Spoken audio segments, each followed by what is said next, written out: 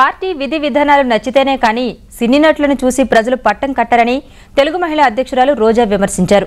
సినీ నటులు ఎవరొచ్చినా వారిని చూసేందుకు ప్రజలు వస్తారని, ఓట్లు మాత్రం వేయరని ఆమె అన్నారు.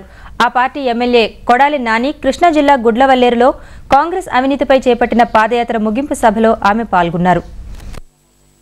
చెప్పి ఏదైతే చెప్పాడో అది చేస్తాడన్న నమ్మకం కలిగింది కాబట్టి 9 నెలల్లో మీరు ఆయన ముఖ్యమంత్రి చేశారు.